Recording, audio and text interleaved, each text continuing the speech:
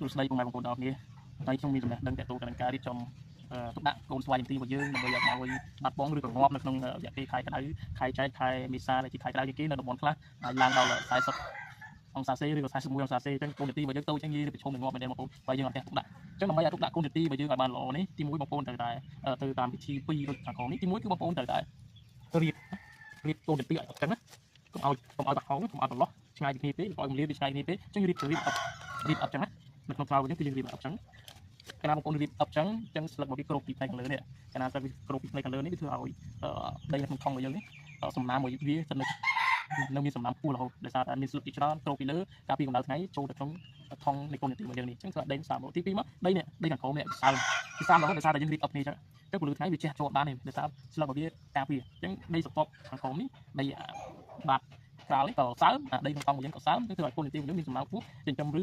ចំដើមអញ្ចឹងធ្វើឲ្យកូនចន្ទីអត់ងាយខូចបងប្អូនអត់ងាយខូចព្រោះដោយសារតែខ្ញុំឃើញបងប្អូនមួយចំនួនគាត់យកទៅ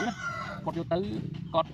រៀបគឺមានពលាតឆ្ងាយពីគ្នានៅពេលដែលខ្ញុំទុកទម្លឺគឺគាត់ពលាតគាត់រៀបទៅឆ្ងាយពីគ្នាកាលណាឆ្ងាយពីគ្នាពលាតថ្ងៃជះចូលដល់ក្រោមអញ្ចឹងដីខាងក្រោមនេះស្ងួតកាលណាដីខាងក្រោមស្ងួតអានេះក៏ស្ងួតដែរព្រោះថាស្លឹករបស់វាឆ្ងាយពីគ្នាទៅវាមានចន្លោះពលាតថ្ងៃជះចូលដល់អញ្ចឹងធ្វើឲ្យកូនចន្ទីហ្នឹងងាយប្រឈមនឹងងាប់នៅក្នុងខែក្តៅនេះ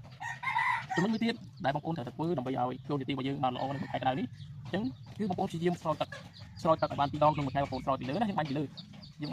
ស្លឹកហ្នឹងស្រោចមួយថ្ងៃ2ដងបងប្អូនហើយបងប្អូនស្រោចបាញ់ទឹកដាក់ក្នុងថង់កាលណាបងប្អូនបាញ់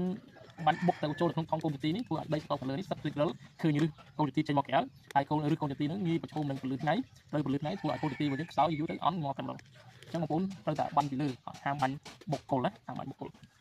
នេះគឺជាវិធីសាស្ត្រដើម្បីថែរក្សាកូនចន្ទីរបស់យើងឲ្យបានល្អនៅក្នុងខែក្តៅនេះហើយបើវាក្តៅខ្លាំងមែនទេបងប្អូនអាចគាត់អត់បូលយកស្បៃបងប្អូនយកស្បៃគៀវមកប្រក់ពីលើកូនចន្ទីរបស់យើងទៅដើម្បីកាត់ថយកម្ដៅឬមួយក៏បងប្អូនយកកូនចន្ទីនេះមកដាក់នៅក្នុងកន្លែងមានម្លប់ខ្លះក្តៅខ្លះមកថាក្តៅខ្លាំងណាអញ្ចឹងយើងព្យាយាមយកកូនចន្ទីយើងមករៀបនៅក្រោមម្លប់ខ្លះហើយនឹងមេឃក្តៅខ្លះហ្នឹងទៅដើម្បីការពារកូនចន្ទីរបស់យើងឲ្យខូចនៅក្នុងកន្លែងក្តៅនេះអញ្ចឹងវីដេអូហ្នឹងមានតែប៉ុណ្្នឹងបាទអរគុណច្រើនបងប្អូន